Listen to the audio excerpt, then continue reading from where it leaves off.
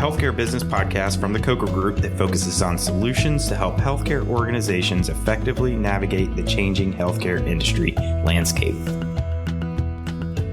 All right, well, welcome back to another episode of Coffee with Coker. My name is Mark Reiboldt. I'm the host of Coker's podcast, and today we have a relatively new member of the team talking about something that is very new at Coker and very much of interest for our audience and the clients we work with day in and day out. And so I wanted to introduce a individual who, as I said, is still relatively new at Coker. Nick Newsad joined a number of months ago, but he joined through the acquisition of his business and his data solution called DataRise.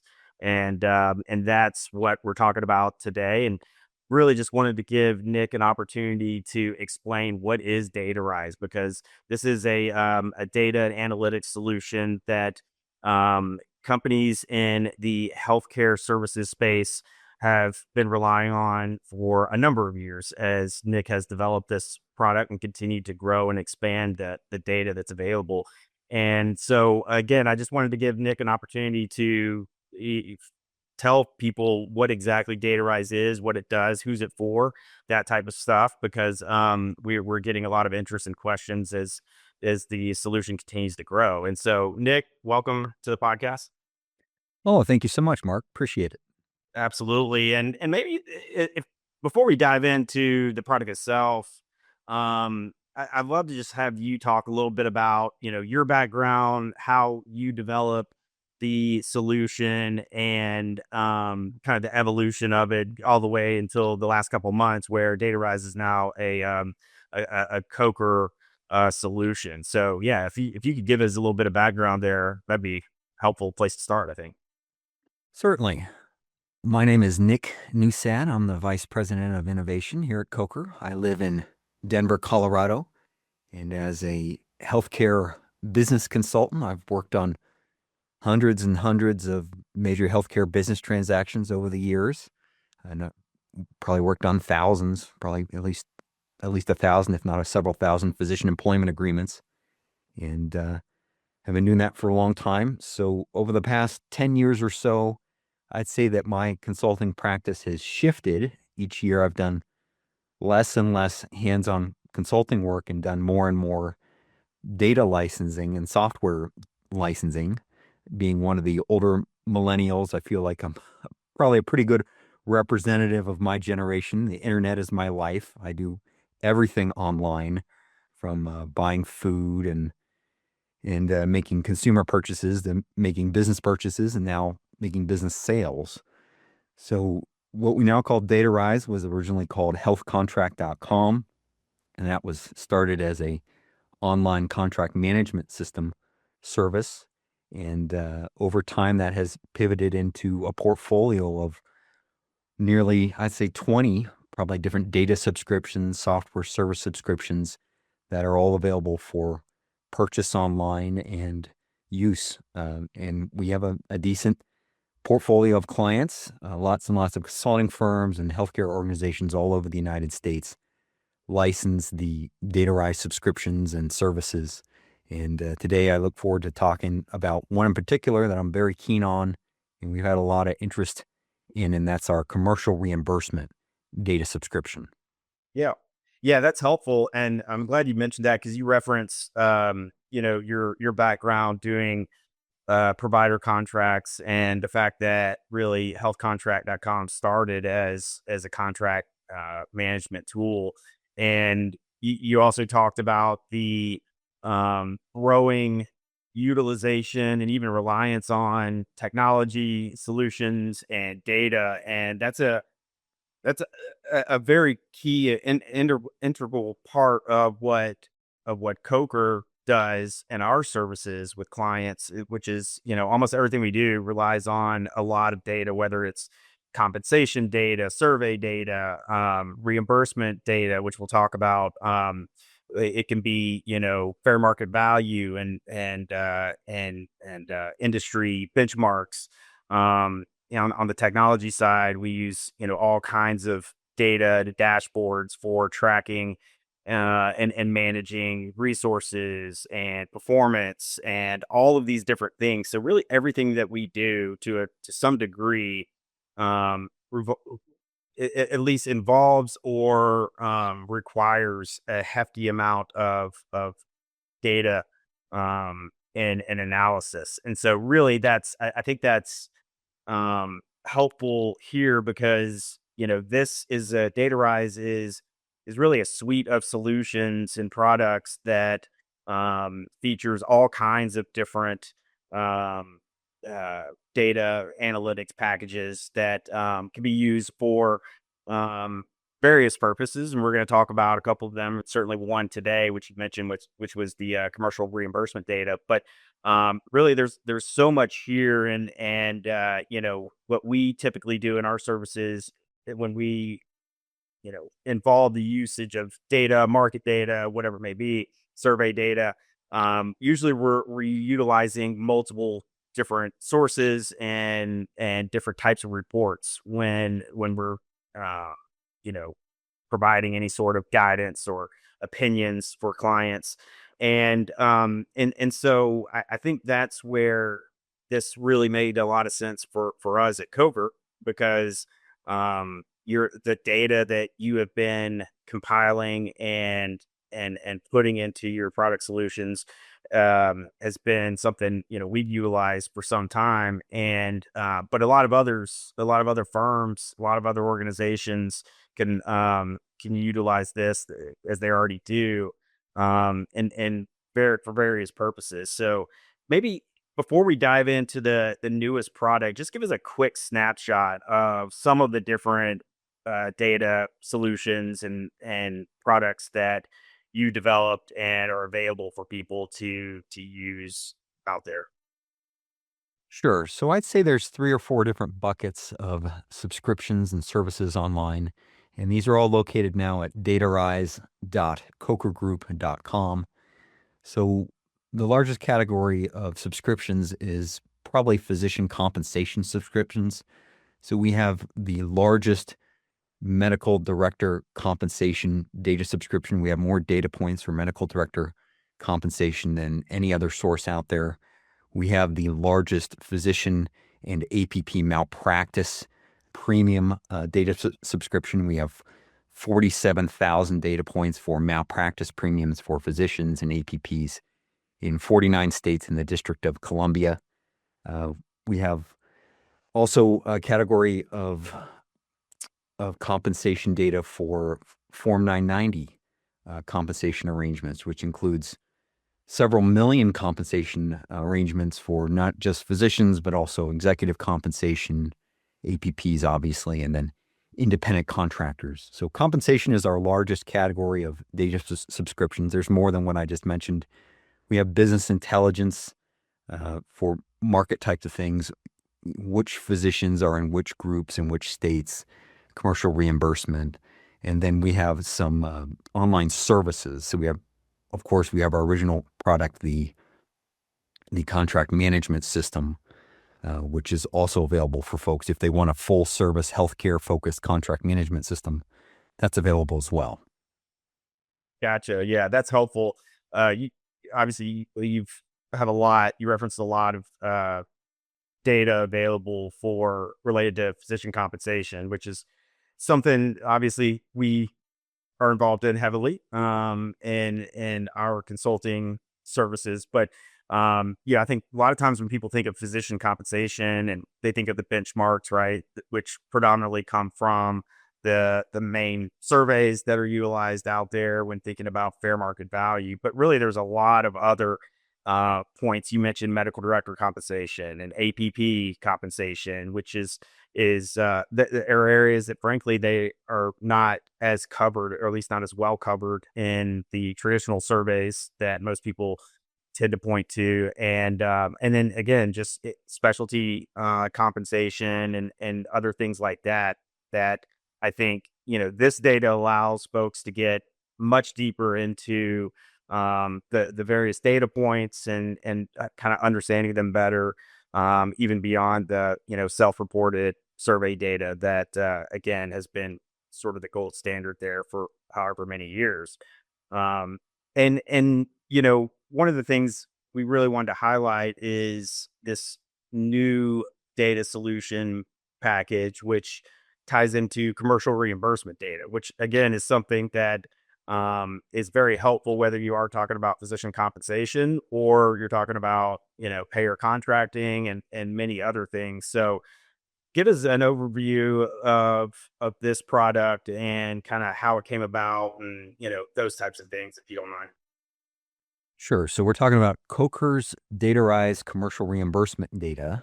So Coker now has the commercial reimbursement contract rates for virtually all healthcare services for all commercial health insurance carriers in the United States. There's thousands and thousands of gigabytes of commercial reimbursement contract data available. And because that's a tall order to fill, Coker now provides a service to its customers to identify the commercial reimbursement rates for specific healthcare services for each commercial insurance carrier in each market. And that data came out of something called the Transparency and Coverage Rule. So last year, during 2024, the federal Transparency and Coverage Rule went into effect nationwide here in the U.S. And that Transparency and Coverage Rule required all health insurance carriers and all third-party administrators to release all health plan reimbursement rate data. And that rule was finalized years and years ago in 2020. It just went into full effect last year. I think it was around January 1st of 2024. So what that means is that United Healthcare, Aetna, Cigna, Kaiser, HealthNet, all the Blue Cross plans across all the states, and every other one-off commercial health insurance plan must release all in-network reimbursement rates. That includes every physician contract rate, every ambulatory surgery center contract, imaging center contract, hospital, therapist, and every other in-network provider contract. That also includes both fully insured health plans as well as self-insured health plans for which the commercial insurance carriers only serve as third-party administrators. Yeah, I think that's an important point. The transparency and coverage rule essentially required these plans to, make to provide visibility into the rates and contracts, which historically have been very closely guarded. So that just making those or adding that transparency is just a significant change that I'm not even sure if everyone's aware that that even exists now. But even though they're supposed to be made publicly available, there's really no other data resource that I'm aware of that provides all of this in one place and with the functionality of being able to search and mine data and drill down on that data to understand it better when needing to be used perhaps in renegotiating contracts or developing relationships with different plans and setting rates and all of that stuff. I'm not aware of any other solution that has all of that in one place with the functionality that's provided. Are you? Well, if there are, we're certainly not going to advertise for them here, are we?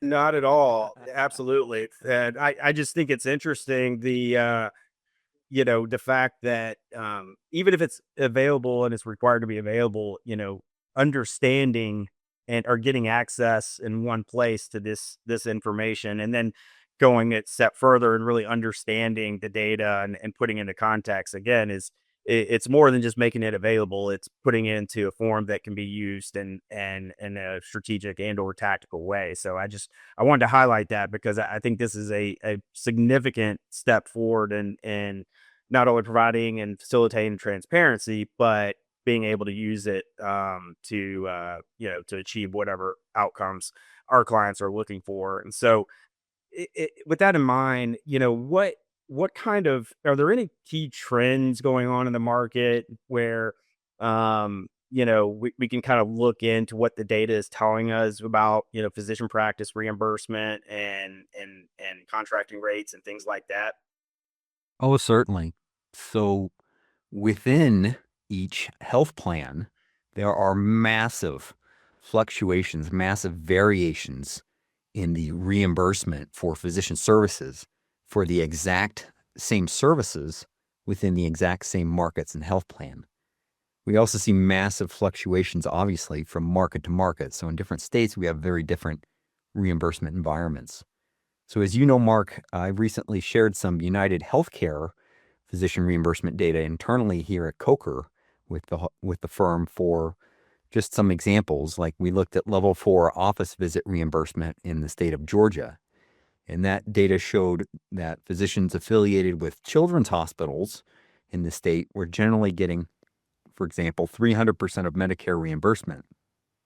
In contrast, the median, sort of middle of the road, United Healthcare rate in Georgia was only about 150% of Medicare for those same level 4 office visits. So the median 150%, whereas physicians aligned with a children's health system, 300%. They're getting twice as much. Up in Wisconsin, though, compared to Georgia, we had a very different market. So the median rate for that same service up in Wisconsin was about 200% of Medicare for United Healthcare in Wisconsin, compared to just 150% of Medicare in Georgia. So United does not have a very big presence up in Wisconsin. So the providers up there are much more likely and able to walk away from a contract if they don't get the reimbursement rates that they want. So one thing that jumped out at me immediately, one trend with physician reimbursement, is that the whole top half of the distribution of reimbursement rates is just dominated by big medical groups affiliated with big health systems and national chains. In comparison, the bottom half of the distributions of reimbursement rates is almost entirely small independent physician groups. Another thing I noticed is that nearly all physicians affiliated with big medical groups or big health system groups are on the exact same fee schedule for all their services and specialties. So when these big groups, often affiliated with a health system, when they negotiate for one big contract, the reimbursement rates for each service tend to be the same across all specialties within that big group. Whereas in the independent physician markets, we tend to see different reimbursement rates for the same services across specialties. So we see higher reimbursement rates for services paid to certain specialties like neonatology or OBGYN, cardiology, orthopedic surgery. Those are specialties where we might see higher reimbursement for the same services compared to some other specialties like family medicine, which might get paid less for, those office visits. Yeah. So I'm curious on that is when we think about things causing, higher and lower rates and reimbursement, um, are those kind of the typical outliers you're seeing, the large groups, they're affiliated with, larger health systems versus the independent groups or the smaller groups? Any other sort of sources of outliers that you're seeing in some of this data? Well, I would say the biggest factor driving outliers is probably geography. For example, here in Colorado, we have an orthopedic group way up in Vail and Aspen called the Stedman Clinic. And the Stedman Clinic orthopedic surgeons get paid 600% of Medicare by United Healthcare for some very common orthopedic procedures. Now, it probably helps that some of those docs serve as the Olympic committee physicians for the U.S. ski teams and U.S. snowboarding teams. But I think the bigger factor at play is that those surgeons live up in a very remote, mountainous region, and they've all very astutely joined together into one large, decent-sized orthopedic group. So the carriers like United just don't have a lot of alternatives within 3 hours driving distance, especially during the winter. So if those docs in that group went out of network, there could be a decent number of air ambulance rides into Denver from way up in the mountains, helicopters and plane rides for patients that hurt themselves skiing. So apart from those regional access issues, there's Also, a handful of outlier state markets where the commercial insurance carriers either have really dominant market share or a lack of dominant market share. So in Alabama, for example, Blue Cross in Alabama has over 90% market share in most areas of the state. And that's the primary reason that Alabama has the lowest commercial reimbursement in the entire United States. Nobody down there can afford to walk away from Blue Cross in Alabama because it's got the whole market. So Blue Cross really sets the rates down there. In So other we're states, seeing, sorry to interrupt you, but so we're seeing kind of purchasing power through strength in numbers. The impact of cost of services, like you mentioned the transportation cost in Colorado, um, and then sort of market concentration pressure, where there's a high concentration on one predominant or a small group of predominant payers that sort of dominate the geographic market. that's exactly right. So I'd say negotiating power with size and then geography. Gotcha. And sorry, I cut you off. You were about to say something else there. Well, I was going to give another example. In comparison to Alabama, other states like Wisconsin, for instance, there is no health insurance carrier in Wisconsin that has over 50% market share in any regional market up there. So, because there is no dominant plan up there, providers can afford to walk away from some of those contracts in contract negotiations. Like they can walk away from a United Healthcare contract up there. And as a result, providers can negotiate up rates 35% higher reimbursement rates in Wisconsin compared to some other states, even though their expenses up there are not any higher. The practice expenses and malpractice expenses up in Wisconsin are actually lower than the national average, not higher, and they still get above average reimbursement. So when whether we're using this type of data and looking at these trends, working directly with clients, or if organizations purchase the data themselves directly, which they can certainly do, is that typically sort of how they're using it? They're coming into contract rate negotiation windows, and they need market data to understand what can the market absorb. What are some of the other market dynamics? If there is room for upward pressure, or we're going to have to be, pretty conservative and flexible here, or something in between. Is that kind of the typical approach when utilizing this type of data? There's a few different use cases. I'd say the most common is for new ventures. The managed care department is trying to give management input on what could we get in this market. Like if you're operating a national health system or a national chain, off the top of your head, you're not going to know what the rates are in every single market. Mhm. So you're going to need some intelligence to advise, well, if we were to go into this market, if we were to develop a hospital or a surgery center or get involved with physician groups in this area, what could we reasonably expect to get from a reimbursement standpoint? Uh, the other the other major use that we see is just for specific arrangements. So there's all types of professional service arrangements, PSAs, where physicians and hospitals and labs have to decide who's going to bill for this service. Does it make sense for the physicians to be our contractor and they drop the bills themselves? Or is everyone going to be better off if they assign their billing over to us as the health system or the lab or whoever it is, and then we pay the physicians as contractors under a PSA? So that's another decision folks want to know, and this is a good data source for making those management decisions. Yeah, yeah, I think that's right. I mean, yeah, management decisions and um, strategic marketing positioning, and even on the kind of financial planning side, to understand the impact of rate negotiation and rate setting, that's going to extend for some time period of typically a few years, and probably a lot of other use cases as well. I'm curious what we talked a little bit about, some of the outliers, and I'm sorry if I'm bouncing around a little bit. We talked about some of the, um, you know, contract rates and on the physician side. Are you seeing anything that's, maybe relevant to like surgery centers, for instance, or hospitals at the health system level that are thinking about, that are, as we know, pretty rapidly, at least in certain geographies, expanding, where they may benefit from this intelligence?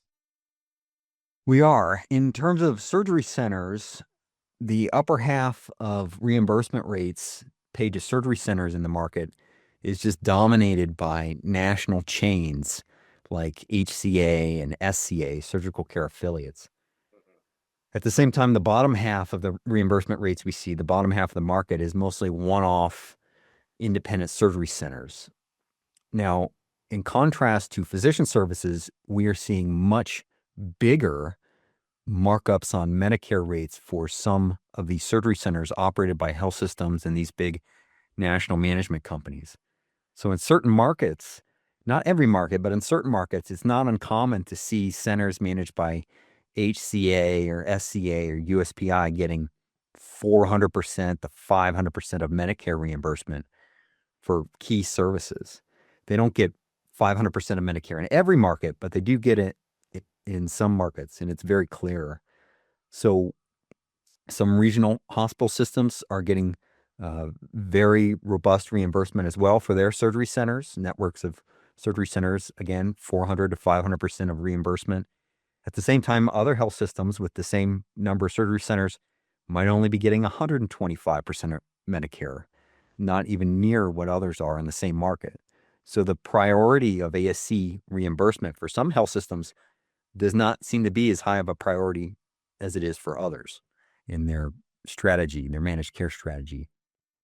Yeah, that makes sense. I mean, that's interesting because, and again, I guess it makes sense where, the larger systems have more leverage in certain markets, versus, an independent group owned ASC, may not have that leverage, if you will. But um, I wonder too, how does, kind of going back to the geography piece that you were talking about earlier, is there any trends with, rural versus urban? I mean, typically, I think, or traditionally, we've known that you're just, it's normal to see pretty different rates depending. It can be higher or lower, but depending on, the urban markets, where you may have more concentration, more competition, those types of things, and rural markets, where you may not have as much of that.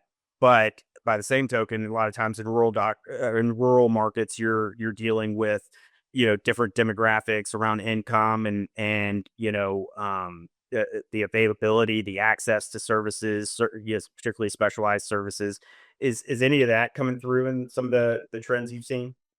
Absolutely. We see both too. We see rural markets, like I was saying, those rural mountainous regions where there's no alternatives for these carriers. So it makes good business sense for them to pay some rural providers where there's no alternatives very high reimbursement rates, like we saw with the Stedman Clinic. At the same time, in other markets, in some very dense urban markets where there's lots of alternatives, uh, for example, here in Denver, there's a safety net health system, safety net hospital in Denver, where I live, that's getting the worst reimbursement of all the health systems in the region. And that's a real shame. If anyone had an argument for cost shifting the cost of care in terms of managed care, it would be a safety net hospital here in Denver, like Denver Health. And I'm a bit shocked to see that they're getting, the worst commercial reimbursements in town. But it's because there's a lot of alternatives. They don't necessarily need the safety net hospital in their network. There's a lot of other hospitals in town. So Yeah, it I goes mean, I both know ways. for sure we've seen that in other urban centers as well. Those kind of competitive dynamics at play. You talked, or you referenced a few minutes ago, some, Medicare coverage, and I'm curious. anything you're seeing as it relates to, things covered by commercial payers versus what, Medicare beneficiaries are going to see under that coverage that, is playing out in some of the data? Yeah, so having the commercial reimbursement data gives us insights into all the services that there has been no Medicare coverage for. We don't know what Medicare would pay because Medicare doesn't cover these things. And that's a long list. So, for example, Medicare does not pay physicians for professional consults, and that's been that way for a long time. But that does not necessarily mean that that's something that the commercial payers don't pay. So we do have commercial insurance carriers that pay physicians for professional consults. There's also pediatric services, lots of pediatric services not traditionally covered by Medicare, like the well child care visits. Those are rather long, more costly office visits, more thorough office visits. And we know what those commercial carriers are paying for those now. In addition to that, dental and vision, those are not things traditionally covered by Medicare, but those are in these health plans and this commercial reimbursement data. We have a much larger swath of behavioral health and mental health services, things that we don't see as much in Medicare.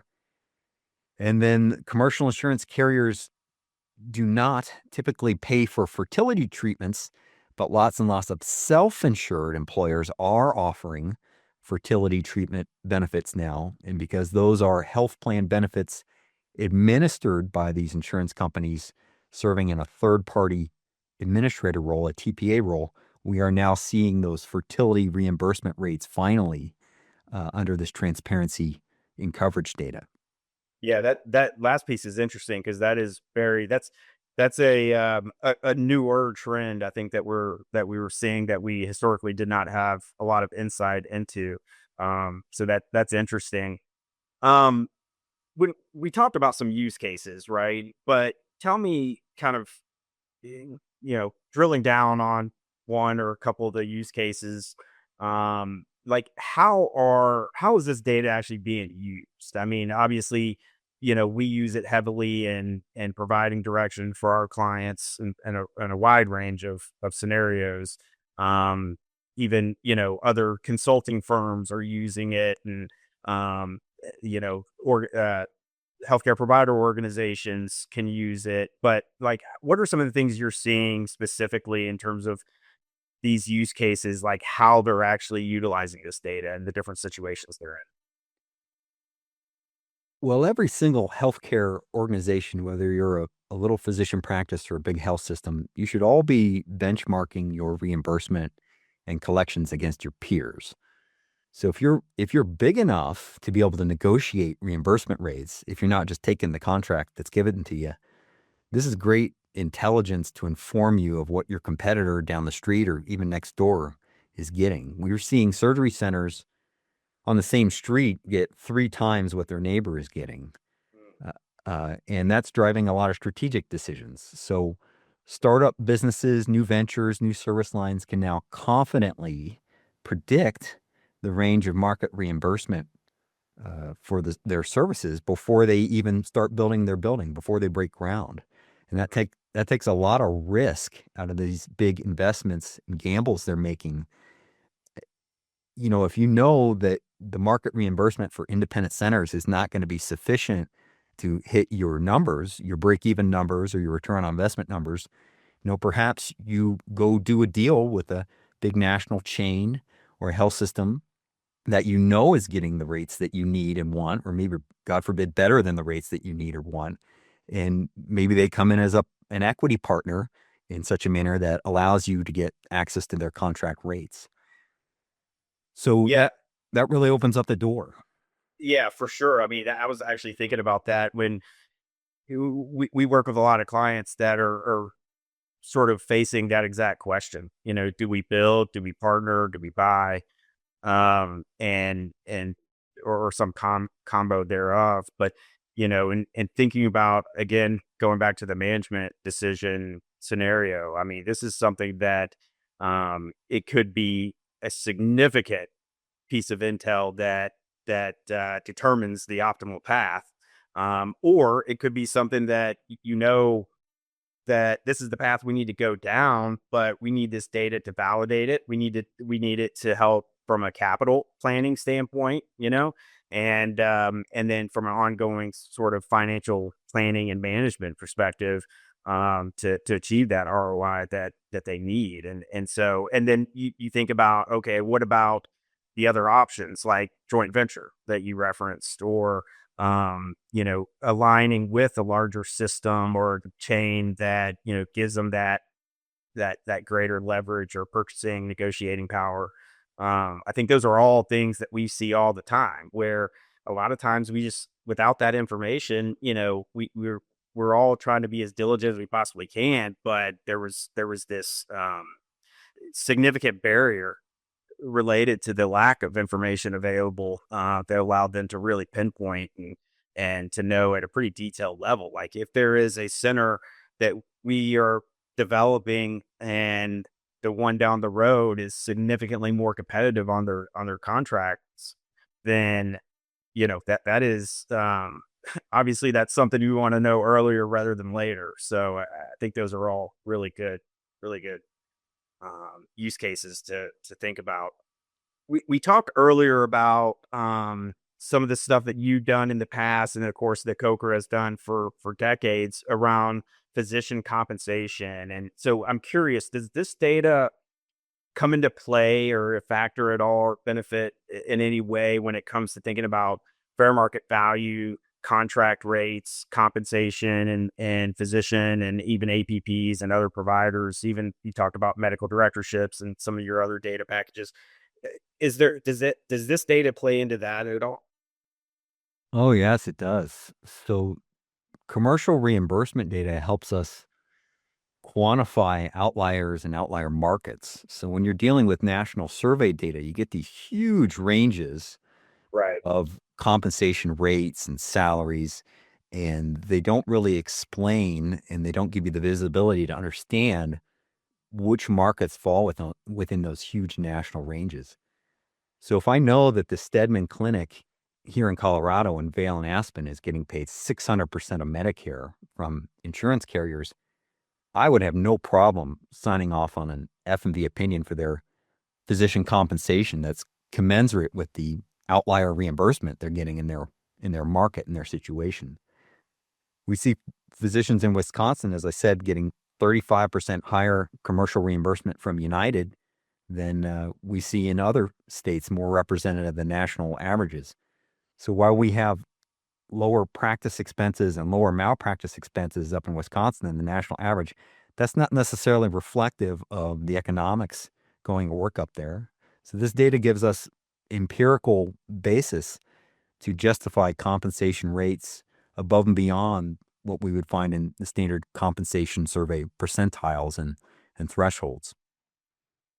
Yeah.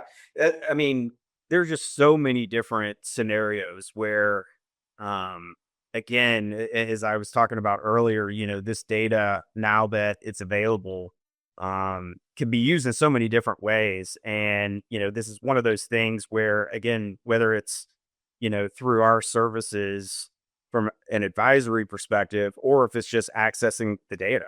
I think that is, there's a really interesting and compelling story here in terms of the resource value, the intelligence value, if you will, on this, and it's relevant to literally every healthcare provider organization across the country, particularly when we think about some of those geographical trends and outliers as well. So I think this is something that it's literally relevant for everybody in our network, in our universe, at Coker, and who we deal with.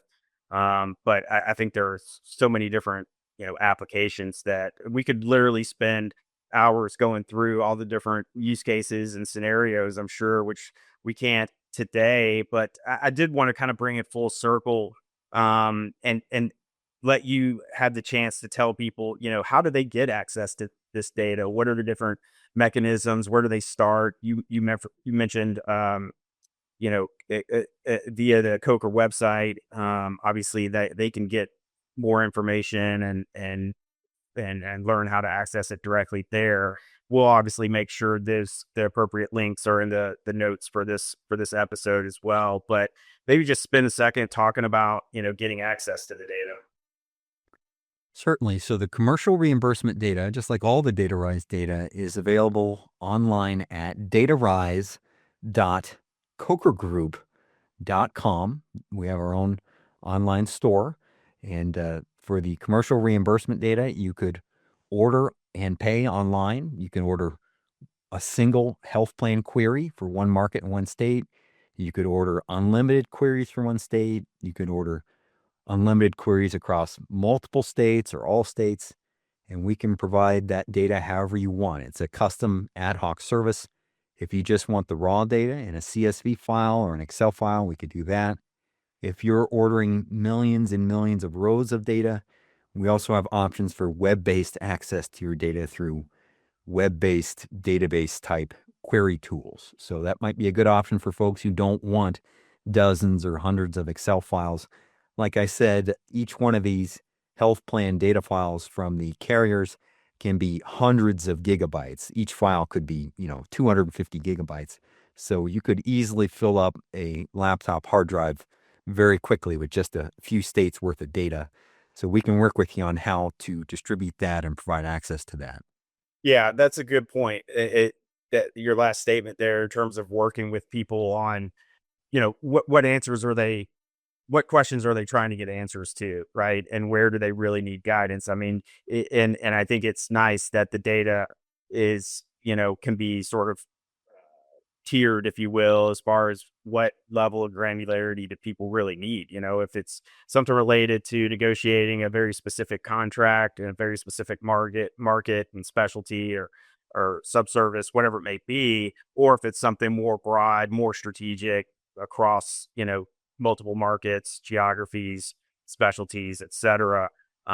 There's really an endless options. There are endless options as far as how that access can ultimately be structured, and you can sort of purchase it all or the relevant pieces for your respective situation. So that's I think that's one of the great features of this. And again, this is something we do in working with our clients. We rely on a lot of this data, and making those recommendations and determining fair market value parameters and things like that, that just really go a lot farther beyond what the traditional surveys have provided historically. So I think this is something that's I don't usually like to use the term game changer, but I feel like this is one of those situations where it's an appropriate term to use because it's not only is it new as far as the transparency goes, but just the ability to utilize this type of information, turn it into actionable intelligence that can ultimately be used in making smarter, more effective business decisions is something that that's something our clients always always are interested in and benefiting from. So that's very helpful. And just so people know, like I said, this is only kind of grazing the surface on what DataRise offers. Um, as Nick mentioned, there's a lot more information. Cokergroup.datarise. I'm sorry, datarise.cokergroup.com. Again, we'll make sure that link is available in the notes. But there's going to be a lot more information coming out here in the very near future about all the data that Nick and his team are continuing to build and develop, and the database resources that they're making available to clients out there, is something that is only going to continue to grow and expand. So an exciting thing that is, again, relatively new for Coker. As far as DataRise, that's definitely something new, and what Nick and his team has continued to build and work on, is something we're really excited about for the future. So there will definitely be more to come on this, more discussion to be had. But I think if people are interested, a great place to start is reaching out to Nick. Again, Nick's available through the Coker website. Again, we'll make sure that his information is in the notes, as well as the DataRise site as well, so that people can kind of learn for themselves and if they do have questions on what do I need and where do I get started, Nick's the best place to start with that. So we'd love to point you in his direction and make ourselves available to answer any of your questions and figuring out what you need and the solutions you're looking for. We'll make that work. But in the meantime, Nick, I really appreciate you coming on and talking about this. Again, very exciting stuff and more to come in the very near future. Of course. Thank you very much. We hope you enjoyed that episode of Coffee with Coker, and we thank you for listening. We want to encourage all of our listeners to participate and contribute in the podcast. So if you have any questions on any of the things we discussed in this episode, any of the topics that were presented, please feel free to ask us. Also, we welcome your feedback and suggestions. If you have any ideas related to the material we discussed in this episode, or in any episode, please let us know and we'll make sure to incorporate it. And if you have ideas for topics you'd like to hear more information about in future episodes, please send those suggestions to us. We'd love to hear them and we'd love to incorporate them into our future episodes. You can find us online and on social media. Start with our website, and specifically the podcast is coffeewithcoker.com. You can also find that through the main Coker website at cokergroup.com. You can also find us on social media, Twitter at Coker Group, and then on LinkedIn, you can search for Coker Group and find our page and the page for some of our team members as well there. So you can find us and reach out to us in a number of places. And then if you want to contact us directly, one of the best ways to do that, email feedback@cokergroup.com. That's feedback@cokergroup.com. And again, we'd love to get your feedback. And we'd love to encourage everyone to subscribe to the podcast so that you can be notified when future episodes are released. We look forward to the next episode, and we look forward to getting your suggestions and feedback on this episode. Thanks for listening, and we look forward to speaking with you again on future episodes.